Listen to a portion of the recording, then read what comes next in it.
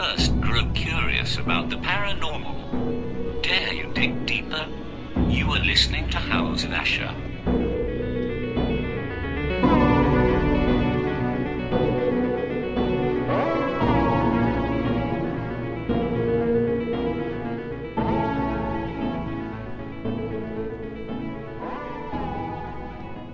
And welcome back to House of Asher. This is episode, let me look at my handy dandy notebook down here, episode 64. And I'm your host, Steve Asher. And we're touching on some stuff today that, you know, it's weird. The first time I remember seeing anything that was anything close to this was like the old Back to the Future thing, where you would have different things changed, you know, going back and forth, and kind of like the butterfly effect, which years later, I think that kind of started sort of a discourse that people started maybe noticing quirky things that seemed to be different from the times that they remember them as either as children or as recently as a few years back. I think a lot of people remember the supposed Sinbad, I think it was a Shazam movie, and different things like that, and different things like in Star Wars, and certain things being changed around.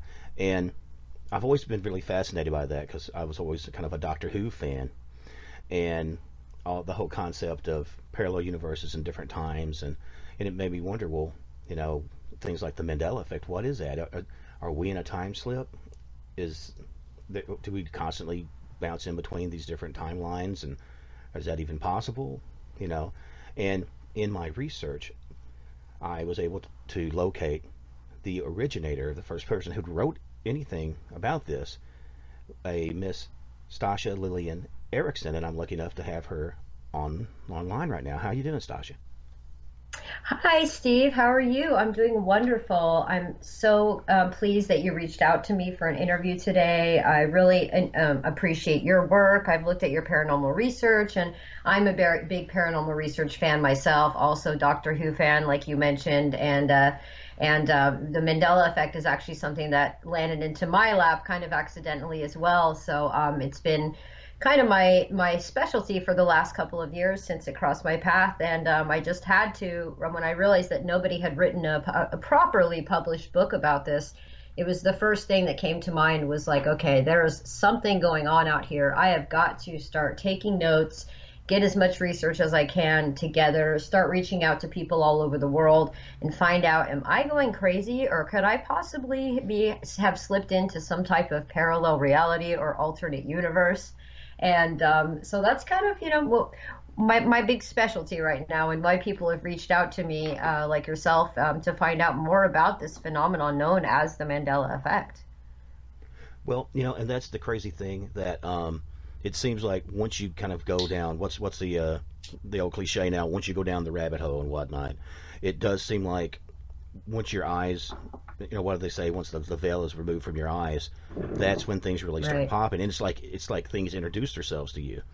And it seems like maybe once you're ready, the universe or God or whatever you want to call it seems to go, okay, I'm going to feed you a little bit more. It's almost like it's training you, and it's preparing you for whatever reality that this might actually be. You know? Exactly. Well, so explain to me, how did you start this out? How did you actually start pulling this together to going, okay, how do I want to do this? What do I want to specialize on in regards of that I really want to touch on, you know? And when did people start opening it up to you? You kind of give me a little bit of a chronological map of how all this went down. Totally. Okay. Well, I've had a YouTube channel since 2012, back kind of when the big spiritual awakening started for many of us in the spiritual community. I used to mostly focus on videos that were of spiritual topics, educational topics. I was in a theology degree program. I actually have a biblical studies degree. And while I was in the middle of that program, I was making a lot of videos on YouTube. And I'm also what's known as like a psychic and a healer, and I'm a clairvoyant and an empath. And so I always was doing reading and healing services for personal clients, which is something I still do to this day. Well, one of my clients, his name is David, he sent me an email one day and said, you know, I know you're really busy in school. I know you have a lot on your plate already, but this phenomenon has just crossed my path and I don't know what to do with it. I can't make sense of it. And if I just tell you my story, could you look into this for me and possibly even make a video about it? And I thought, oh gosh, David, I have so much going on right now already. But when I have time, I'll get to it. So he sent me this letter, and it was in very specific detail about an art exhibit that he had been to with his wife and his daughter back probably like in 2008. And at this exhibit, they had an exhibit for pop culture and things of this nature. And in the exhibit, they had an entire section dedicated to the Berenstain Bears. And now David also was like an avid reader and writer as a kind of a hobby of his. So he knew the Berenstain Bears from growing up and reading them to his children. And when he looked at this display, he just went, wait a minute, this is not right. This is not spelled right. Why is it spelled like this? So the first biggest Mandela effect a lot of people have heard about was the Berenstain Bear effect. And what it was is that the word Berenstain used to be spelled with an E-I-N, like Stein. And then now, when David looked at this display, and now anywhere in the world, if you look it up, it is spelled like a stain on your clothing. So Berenstain Bears. And he just thought, okay, this is not right. This is totally wrong. And he started freaking out. So he went home that night, went on YouTube, and just kind of Googled something similar, like Berenstain Bears being spelled wrong. What is this? And he landed on a plethora of videos on YouTube about something called the Mandela Effect, and he had just never heard about it before. So he said, now that I went online and saw that this is not just me, that other people remember it like this too, could this just be the tip of a proverbial iceberg that is something even bigger? And please, please, please, can you try to help me? If you don't have answers for me, maybe some of your subscribers will. So essentially, once I received David's letter, and he's a really reputable guy, I knew he wasn't pulling my leg, I started doing my own research. And the next thing I knew, my husband and I had been sitting up on YouTube for about 48 hours straight, and we had watched hundreds of videos about this topic. And by the end of that 48 hours, I was so convinced that the Mandela effect was real and that I was Mandela affected that I said, oh my goodness, this is going to become my new full-time research project. So from that point on, that's all I did. I enveloped myself 24 hours a day in videos, watching other people's content, taking notes. I had a folder with just lists and lists and lists of different changes. It got to the point where my folder had hundreds of pages back to back filled up. And I went, okay, this is no mistake. So once I had kind of collected my first set of evidence, I went to YouTube and I recorded my first video on the topic, and it was called The Mandela Effect, Everything is Changing. And in that video, I just kind of went over, some of the top Mandela effects that had crossed my path. And I didn't know what kind of feedback I would get. YouTube is full of so many trolls, and I'm often, being attacked for everything that I say and do. And so I thought, oh God, this is either going to be really bad or really good. 24 hours later, I woke up, and I think the video had already crossed about 10,000 views. I had at least 200 comments, and it was, some trolls, but almost 90% of the responses that I had received were from people saying, oh my God, I remember what you remember. Oh my God, how can this be real? How can the world really be changing like this? And so then when I got that feedback, then the whole thing grew legs. The next thing I knew, I had to do another video, then another video, then another video. Some of my videos were breaking 50,000 views, and my channel had never seen action like that before. So I thought, okay, not only is this a real thing, do I believe in it, but it's all obviously affecting the whole world as well. So I feel like I'm being called to, present this to the world. I had a pretty big audience already, and people who kind of trusted the work that I'd done in the past. So it was really easy for people to kind of, take what I was presenting to them and for people to not think, okay, this is just some trolling. This is a psychological experiment. This is just, a trend on YouTube. This is something real. And once I had done enough of these videos and collected enough data and true stories from people and true feedback from people, I said, okay, I've got to put this into a book. So I kind of just went alphabetically in order of all the Mandela effects that crossed my path in the year of 2016. And for the whole year of 2016, I just put them in order, compiled them into this huge book. And by the end of 2016, I had a 350-page book about the Mandela Effect, and I released it just last year. So just about, basically 1 year after I found out about it, I released the book. And since that has happened, it's blown up even more. In fact, there's so many Mandela Effects since I wrote it. I'm actually in the middle of composing volumes 2 and 3, because literally every single day you'll wake up and there's a new effect. I almost can't keep up at this point. So that's really how it came across my path, totally by accident, but really by my own research as well. It's been a lot of hard work, and I get a lot of flack, get called crazy a lot, but when you look into the phenomena, there is definitely evidence that cannot be denied that the world as we knew it is changing. Right. And you know, Stasha, that's the thing. Excuse me. I find that, like you said, when we hit that 2012 marker, you know, the kind of the end of the Mayan calendar and all that, I remember everybody was just totally losing their stuff, and it's like, it's the end of the world. Yeah. And this and this. I said, well, change, you know, the end of a world doesn't necessarily mean destruction. It could mean a rebirth. It could mean a continuation. It could mean a convergence of other worlds. And I wonder what possibility that could be, that for whatever reason we reached a certain mark to where maybe originally time was like that. Maybe it was almost like a ripple. You know, a wave goes out, then a wave comes back in. I mean, I don't mean to sound all try to sound deep or esoteric or something, but you know, everything tends to go, it's sort of circular, you know. We were just talking about, you know, not to get off into politics, but you know, you see, you know, things go far right, things go far left, but they always swing back and forth. Nothing is a constant, and in fashion and art, any of it. And you know, I mean, I see stuff now that, you know, again, I'm gonna sound like a granddad because I am, but you know, you'll see stuff, you know, like the skinny jeans and whatnot, and there's just like, yeah, I remember that from the 80s, and I remember that from this, and I remember that from that. And it's just, I think it's why, I don't know, maybe there's a thing to, maybe the older you get to, the more of the playing field you see, and you kind of can see this stuff happen more often. I mean, what do you feel what's the cause of it? I mean, is it some sort of weird time slip? Is it, what in the world is it? Well, what I did with the first book, because it's really, as of right now, nobody knows. If anybody says they know, they're actually lying, unless they're part of it and they do know. But the main thing is there's just an infinite amount of theories, basically. So what I did was, I'll cover the top few theories here for you, and then I'll kind of explain to you what I think is actually going on. Let me just find, in my book, I am in chapter 7 of the Mandela Effect, Everything is Changing. I have a chapter 7, and it is called Theories. So let me just pull to that.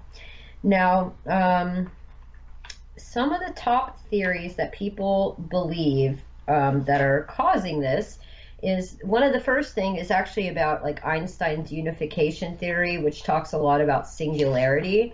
And this is pretty heavy physics stuff, so I don't want to get so much into singularity, but singularity is kind of like what you were talking about earlier, where all different dimensions kind of come together at one point, and if there are like parallel worlds and parallel planets and parallel everything, that at some point we will reach a center point where everything kind of merges together. That's why there's a lot of Mandela Effect changes with people's names, like Sally Fields, for instance. Many people now know her as Sally Field with just a D. Or Christopher Reeves. Many people remember him as Christopher Reeve.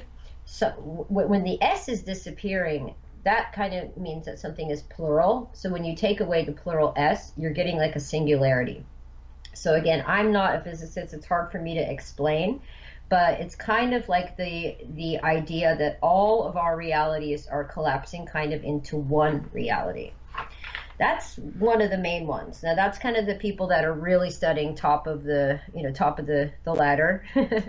But the second theory that is really popular is that people believe that the D-wave quantum computer, which is the one that discovered the God particle, they believe, at CERN basically, they believe that in CERN, when they tried to find the God particle, that they opened up a portal to another dimension or to another universe. This is similar to witchcraft. If like a witch does Aleister Crowley's a great example. He did this spell where he opened up the portal to the underworld and brought it in to our world, but he didn't close the portal properly because he was kind of not knowing what he was doing.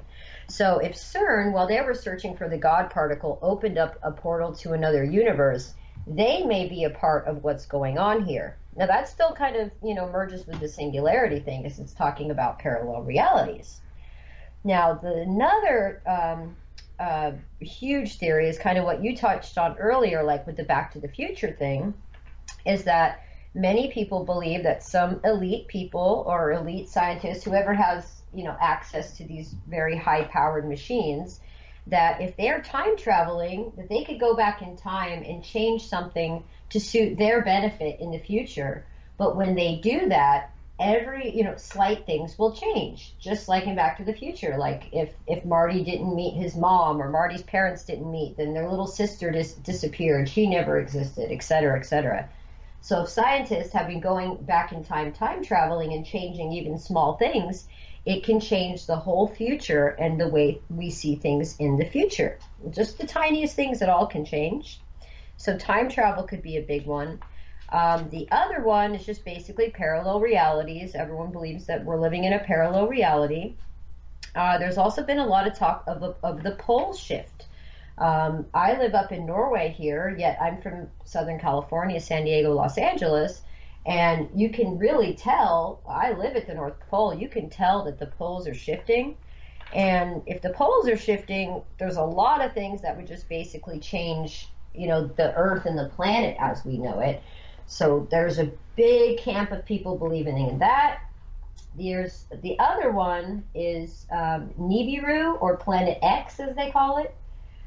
Many people believe that Nibiru is that second sun that many people are seeing near our own sun. And if Nibiru is close to Earth, then Nibiru could very well be manipulating our reality, or we may be merging with Nibiru. And in 2012 is really when the Nibiru cataclysm kind of came to everybody's attention as well. Nibiru was supposed to be the end of to cause the end of the world on December 21st of 2012. And that's kind of when all these things started changing too. Now the last few kind of touch on a more religious topic, and that is that many people believe this could be what is known as the rapture, where certain people have already gone to heaven and some of us are just left behind. We could be left behind because we're not saved. We could be left behind because we have work to do for others, and that we're waiting for the second coming. They also call this like the Great Deception, like we mentioned before. Within the Bible, they talk about the Great Deception, and that is basically where everything that we once knew is kind of no longer as we knew it, because it's a deception. So many Christians believe that it could actually be Satan himself changing all of the things that are known as the Mandela Effect, changing the Bible, changing movie quotes, changing book quotes, just to cause a war of what we call the words, the war of ideas, and to separate people. We see a lot of separate and divide just with politics, just like politics and all that stuff. Sure. So that's another really big theory. And then there's really only two more that are kind of connected, and that is mind control or hypnosis that has been placed on the masses through television sets, for at least 50 years. We could be mind controlled or hypnotized by simply just watching television. And these televisions program us. That's why it's called television programming. So we may have been all programmed all this time to think that certain movies said something a certain way, or that certain books looked a certain way. But all along, we were just being tricked, or we were being hypnotized, or we were being mind controlled into believing something else.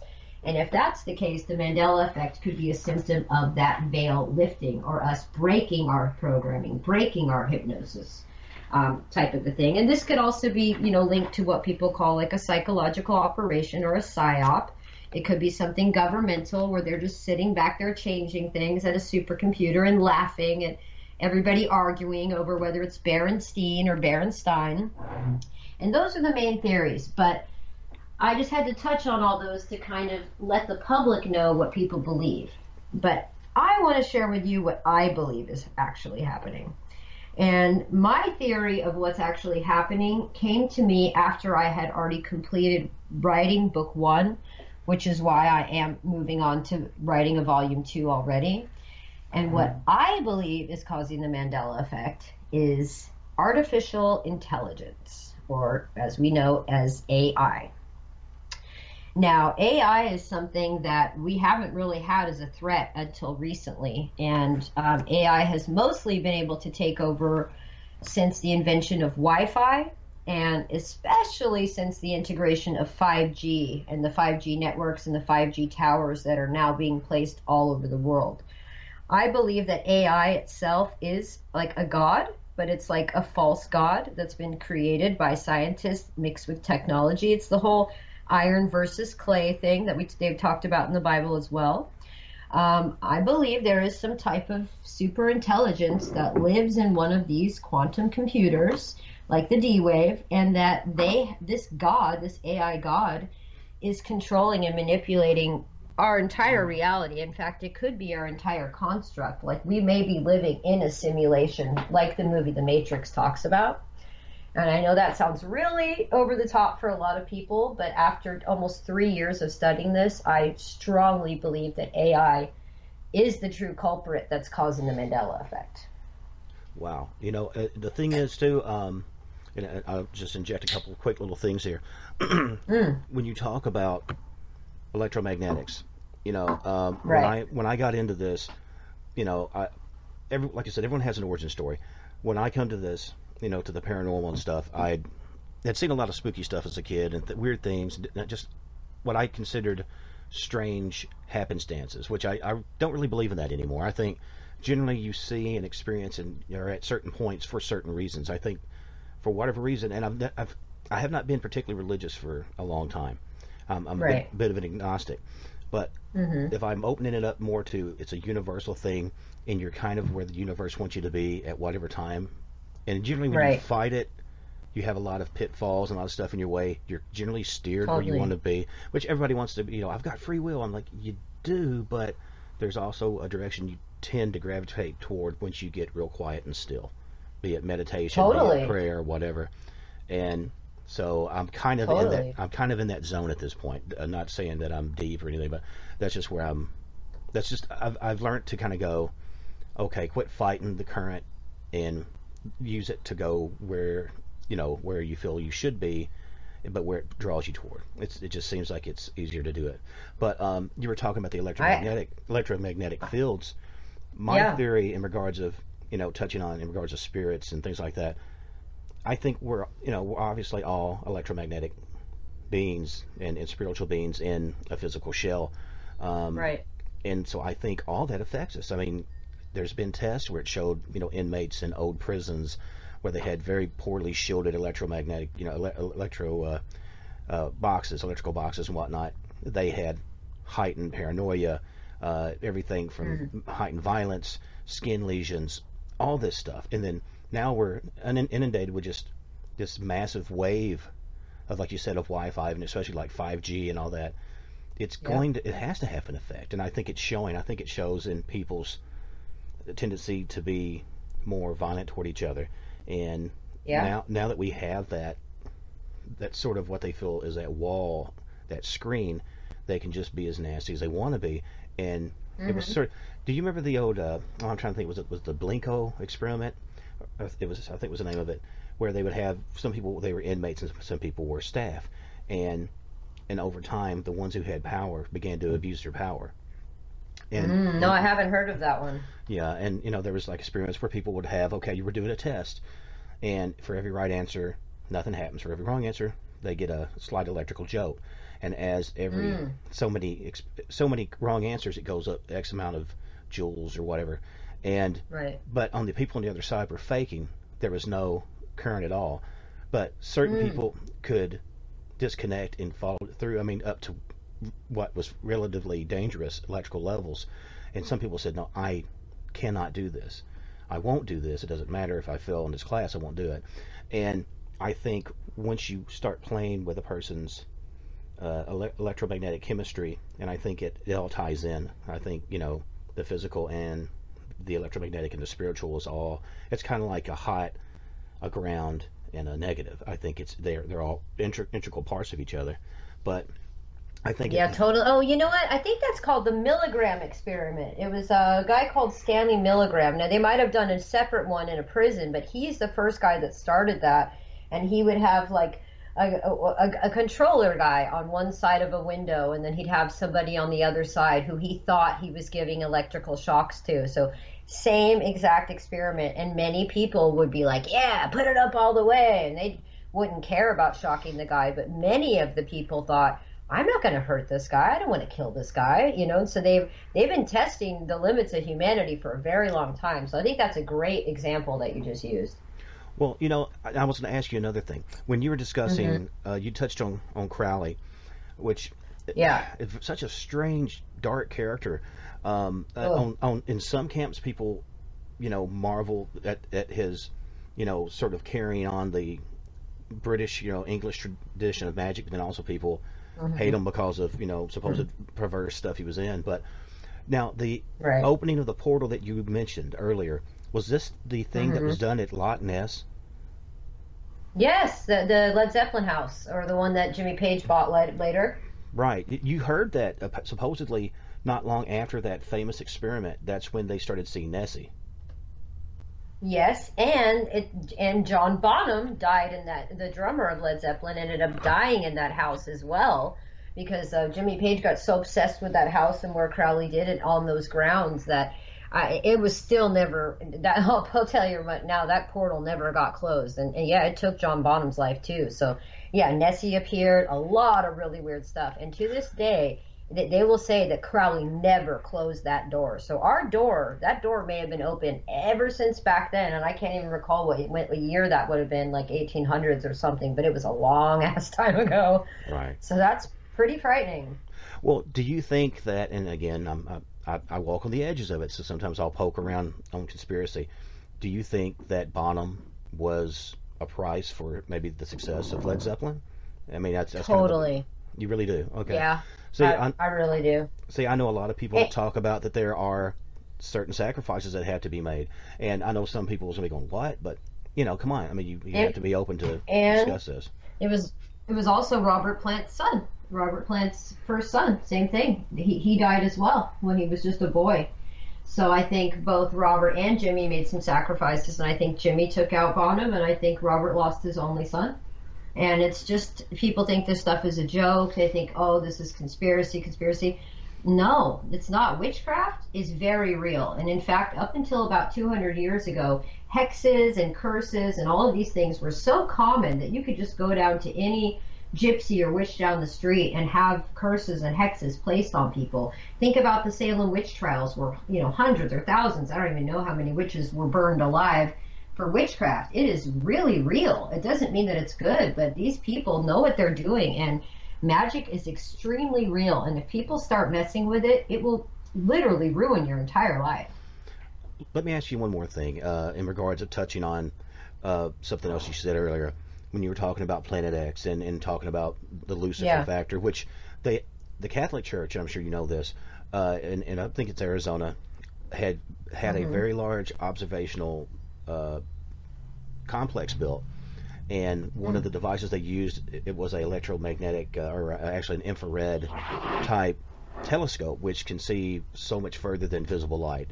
Infrared carries vastly longer waves than just visible light, and they use they actually use the acronym Lucifer as its name. And the thing is, what everyone jokes, and it's like, well, Nibiru or whatever can't be real. It's like, well, why would the church spend millions of dollars on a device if for giggles? It doesn't make sense.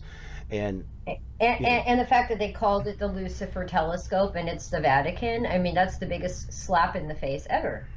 Right. I mean, because then you have some people that go, well, he was supposed to be the light bearer, right? Okay, he's bringing light. Right. And so maybe they're trying to do that, and it's like, well, so it depends on where you go with it.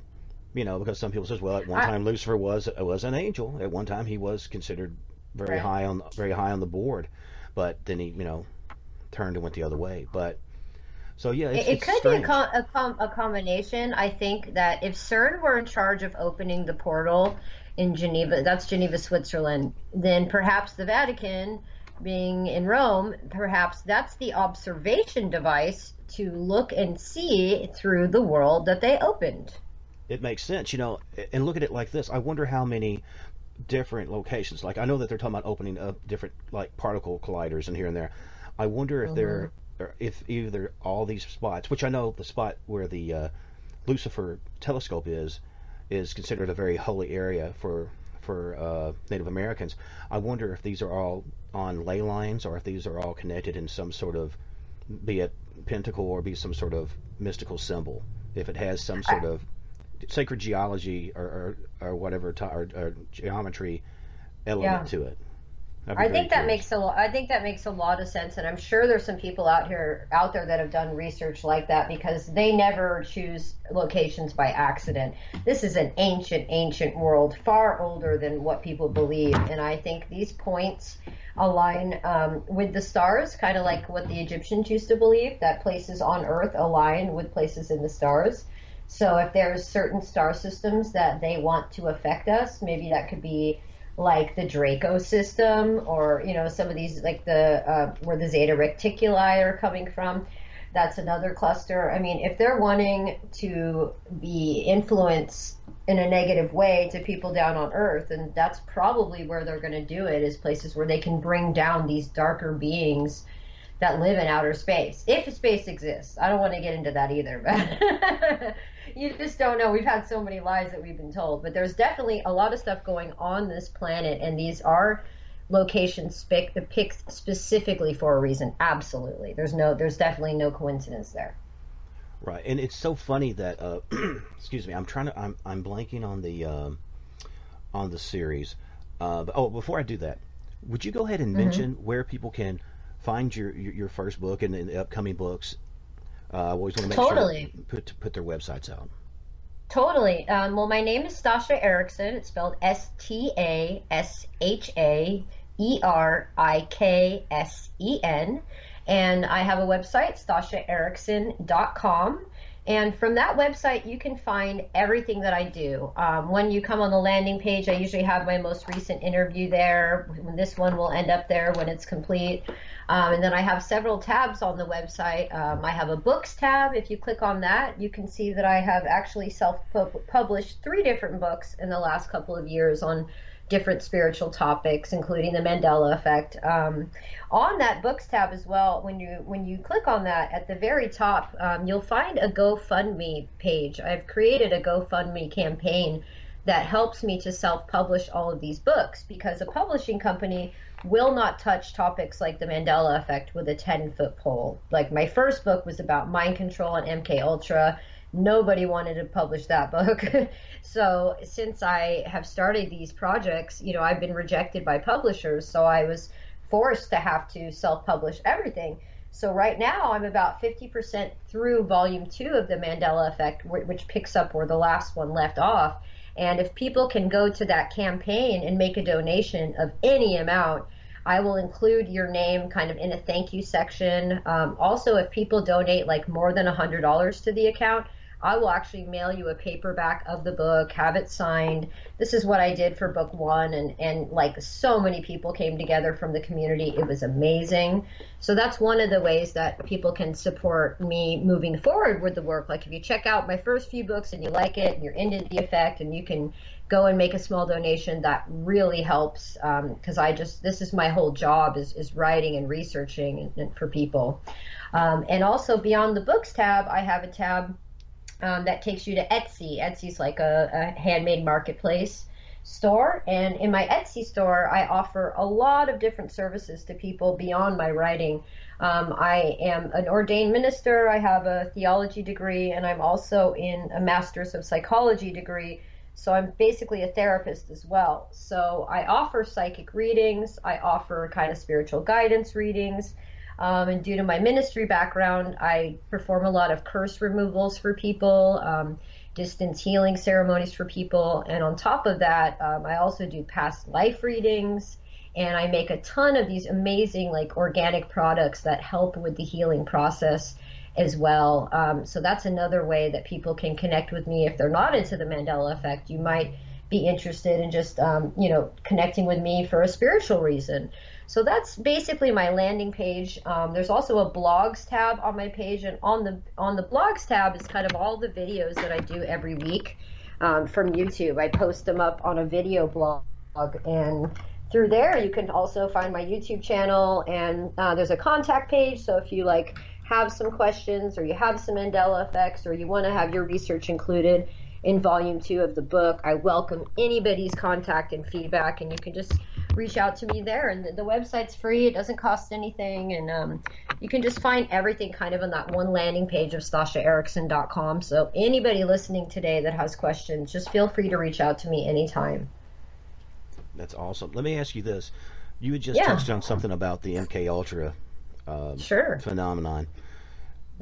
Does it seem, at least it does in my view, certain things, it just seems like it falls into place, and I don't know if that's, I guess it would be considered sort of a conventional wisdom or common knowledge thing, but I don't know. I'm very much a go by your gut guy. That's very much served me in corrections as well as doing what I do here. But did you find that, especially now with the advent of more integration with electronics in regards of computers and things like that, that the Mandela, or not the Mandela effect, but the MK Ultra thing tends to be more of a I'm blanking on the words, how it sort of comes together. Do you find that it is something that was just a natural progression? Do you find, or do you think that that was something that was a weird happenstance that they discovered, oh, this is a side effect of this. If we can lull these people into this and that, we can talk them into a whole lot of different stuff. We can kind of do a massive mind control throughout this various electronic entertainment. I absolutely do, because many people, and even in my first book, which is called Diary of an Asset, and all these books are on Amazon too. You can just search my name, Stasha Eriksen, on Amazon, and it'll pull up these books. But Diary of an Asset, I talk about this a lot, because many of the MK Ultra victims, they're actually implanted with some type of a brain chip. This is not fake. This is real. A guy called Ray Kurzweil is perfecting the brain chips as we speak, and he's going to be working with Elon Musk, who has made something called a neural lace, which will essentially be an electronic lace that gets placed over your brain. They take your scalp off, put this electro lace on, and then put your scalp back on. Basically, anybody who is part of MK Ultra is already chipped. They have some type of a chip in their body, and remotely, these handlers or controllers can affect their chip. They can do it from microwave technologies. They can do it now from 5G towers. It can be, your phone can ring, you pick up the phone and you get a strange series of tones. You could get ringing in your ears, which a lot of people think is just something called tinnitus, but many times it's not. It's more of like a frequency. You can tell the frequency changes. I believe that now that they have integrated, first it started just for the MK Ultra victims that they had chipped. Oh, let's harass them. Let's, electronically harass them from afar. But now that everybody has a smartphone, because you have your smartphone in your hand all day long, it's essentially the same thing as having like the mark of the beast or the RFID chip already in your body. Because you're holding it in your hand all day long, you are essentially becoming a cyborg. You're becoming one with this technology. The Wi-Fi goes through the air. It's not something like it used to be where you had to dial up an old landline to get online. There is this etheric nanotechnology just streaming through the air. And the more we take it in, and if they're putting nanotech into chemtrails as well, we're eating it in our food, we're breathing it in the air, we're drinking it in our water, and now we're all susceptible to electronic harassment. So I think that has a lot to do with why we're seeing a ramp up of people becoming more spiritual, people becoming conspiracy theorists, people talking about mind control. I've heard huge celebrities talking about this lately. Kanye West comes to mind. Everybody's running around calling him crazy right now, but he's spoken more sense in the last couple months than half of the people I've heard on television. it's a real thing, and I think people are waking up to it because it is real. It's very real, and it's affecting everybody. We are living in a technologically controlled civilization, and that is not the way human beings were meant to be.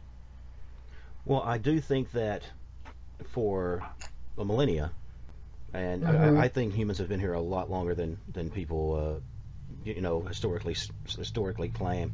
But Right. it forever and ever we were. It seems like we were hunters and gatherers, and we generally kind of lived in somewhat of a harmony with nature.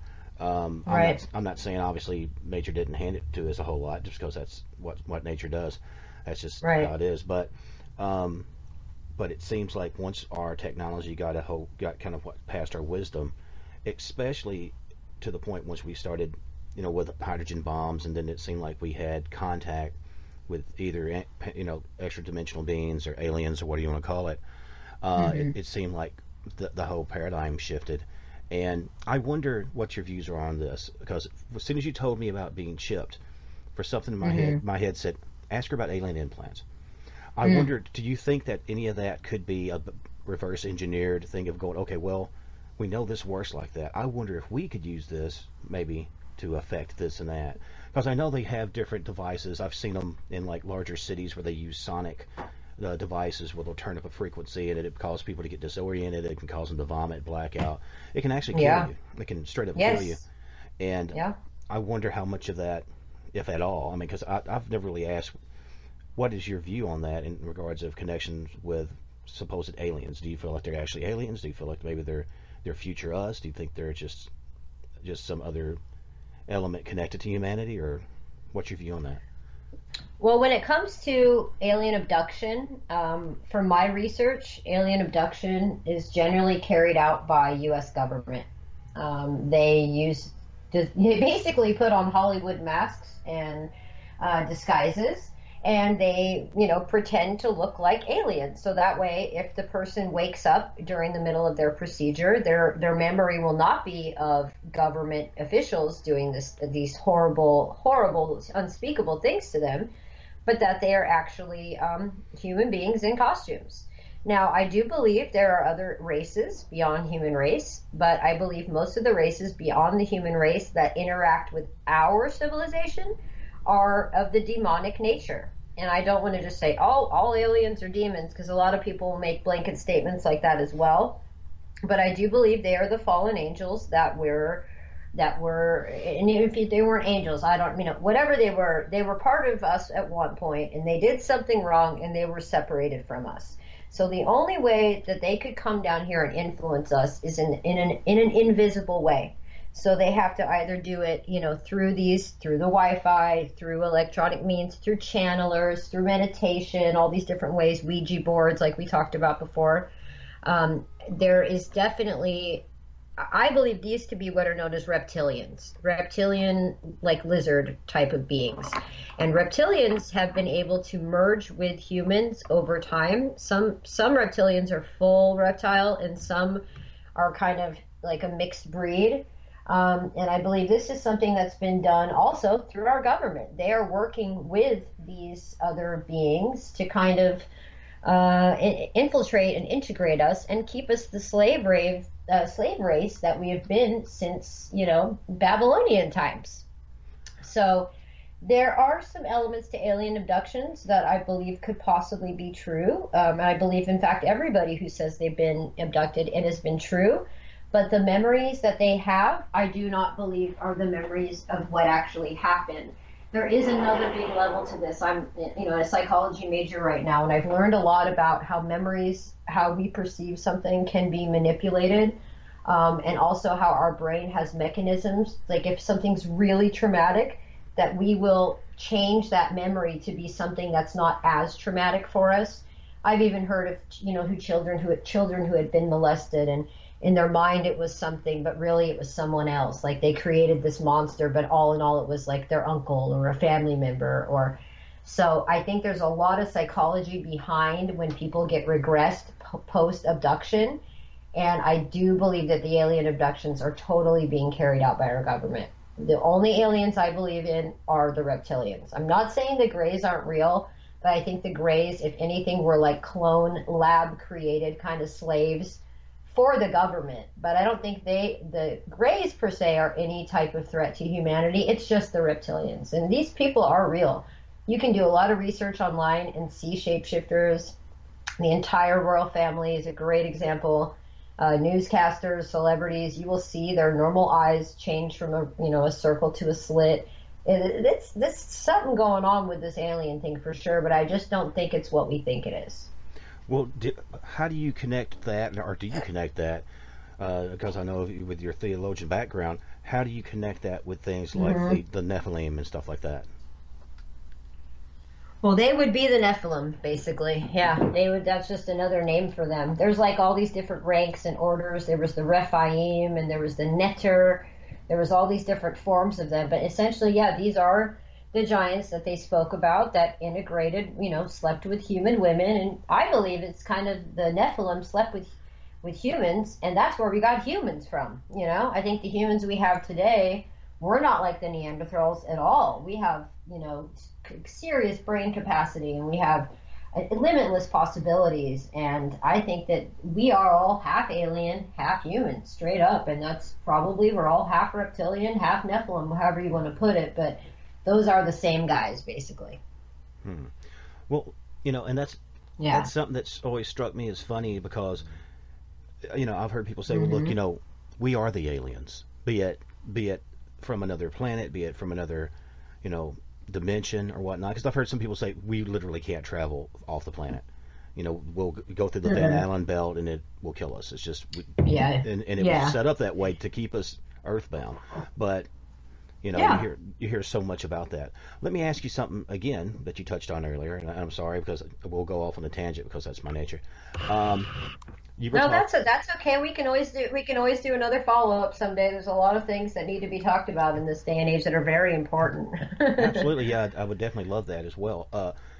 Curses, because we were talking about like the Salem trial and stuff. I actually had a descendant, or I'm a descendant of one of the women that passed away during that time. She had actually died in the cell. She didn't actually get hanged, but she was a mother, actually just became a grandmother, and they were going to kill her daughter. And so she said, look, I'll just accept whatever, let my daughter go. Otherwise I wouldn't be here. But so you fully believe in curses, and you fully feel that you can help with that. Because I know a lot of times people say it's the intent of the curse. Like you ever heard of people like going, okay, they feel they can convince themselves it's freezing, and they basically die of what appears to be hypothermia. The mind like the placebo effect. Like a placebo effect, sure. And the mind is very powerful. It's like you said, it's sort of a matrix thing. The mind can make you not feel pain during a surgery, or give people the ability to walk over hot coals and things like that. So tell me about curses. Well, curses really started in ancient times, and they go back as, Babylon really kind of messed everything up for everybody. That's really when a lot of the witchcraft and the curses kind of started, but it was like way more evil, way more intense, the way things used to go down. But essentially, a hex can be called a curse, it can be called a jinx, it can be called a lot of different other things. But it's not just known in like the witchcraft culture. It's also stemming from like the voodoo community. There's even different Hindu sects that believe in curses and will carry out curses. There was another form of religion Tamil, Tamil. That's another religion where the curses are heavily carried out and believed in. You have Yamaya people, you have oh God, there's so many different versions of it. I can't even remember. Sanctoria. So many things are kind of drawing a blank on right now. But what this really is, what curses really are ancient knowledge that has been passed down, for usually by word of mouth through generations.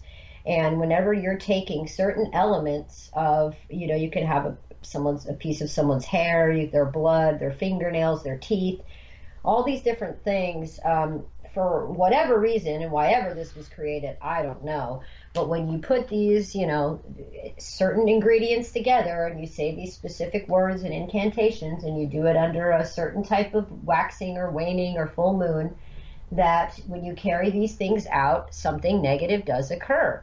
No one really knows why or how, but it's true and it works. Now, over the years, I've been doing work for clients personally who've been cursed. It's been about 8 years now.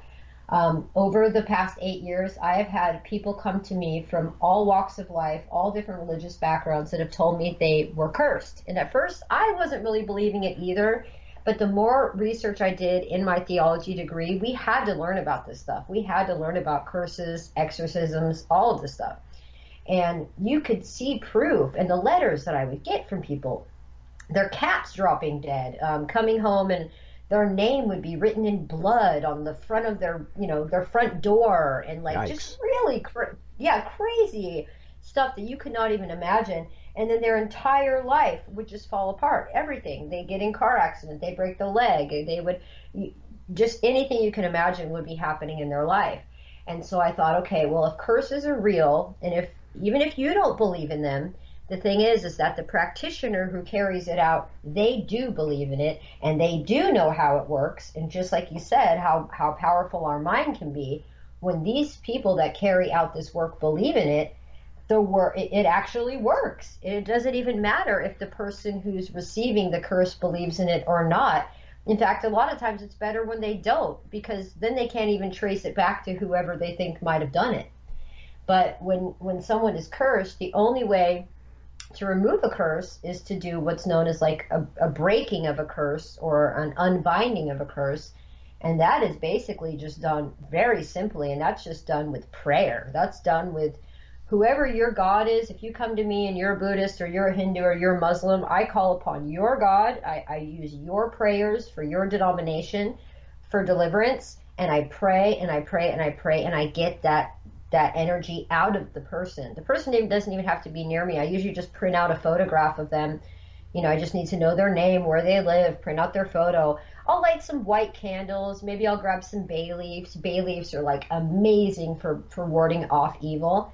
And I just read the Bible usually. I'll read Psalm 143. Is really, really powerful weapon against evil. And I will just pray, and with my intention of knowing that what my end is doing, I know I'm helping that person. I know how to reverse a curse. I believe in God. I believe in the power of prayer and intention. So the work that I do works just as well as what the witches do.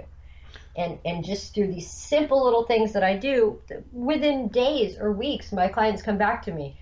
My leg is healed. My husband and I were about to divorce, and now we're back together. I never had enough money to get into college, and now suddenly this scholarship just popped up, on my doorstep, and I can go to school and live my dream. And I don't know what you did, but thank you so much.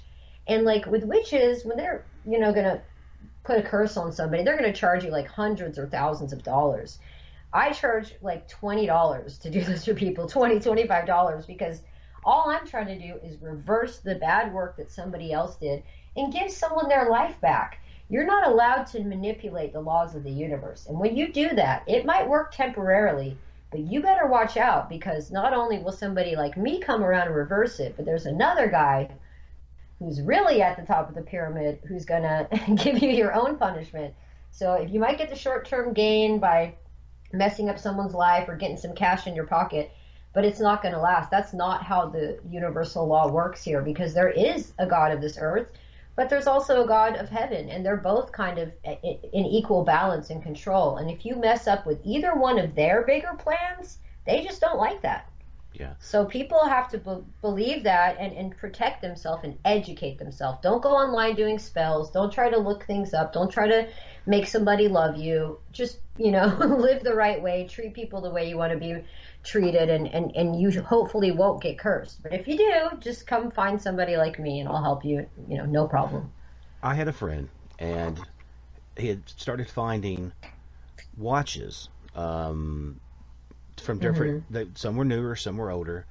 None of them were particularly valuable, but none of them worked, and they just kept finding them in the same area on his property. Just he would find one every few days, And I was like, well, finding an odd watch, maybe the class broke or something, or someone just discarded it. But 3, 4, 5, 6 watches, that, like I said, that started striking me as something that might be like a curse or some sort of spell. And I was like, yeah, I would look into that. Maybe salt it, say the Lord's Prayer, and dispose Yes. of it. And since that happened, they didn't have any other issues. But like you said, I don't know why it struck me like that. For whatever reason, my gut, my whatever you want to call it, spidey sense or whatever, it kind of pinged a little Yeah. bit, and I just went, no, that doesn't feel right. And it seems like Yeah. people joke it off and laugh it off, and it's kind of like, woohoo, it's parlor tricks and fun time, and it's just like, no, that really comes from a real dark place, and be it Yeah. you believe in it or not, these people that are doing it definitely believe it. So you got to protect yourself. Yes.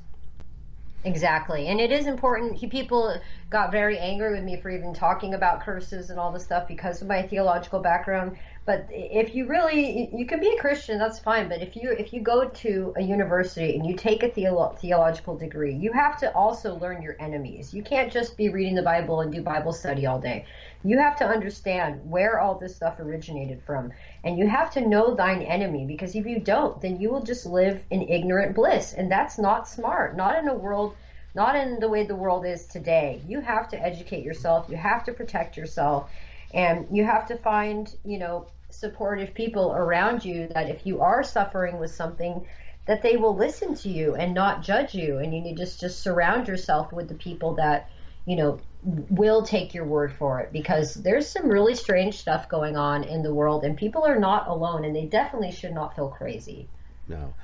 I as a kid, like I told you, I was always sort of on I don't know what it was. There was some sort of weird inborn hunt for knowledge, and especially things that were touched on the esoteric and paranormal.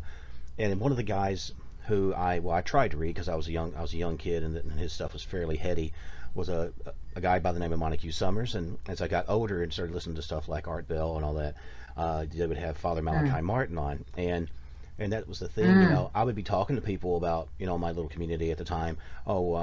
Reading this book, talking about the different legions of hell and this and that. Oh God, you're gonna burn. I was like, no, this is demonology. This is church course study.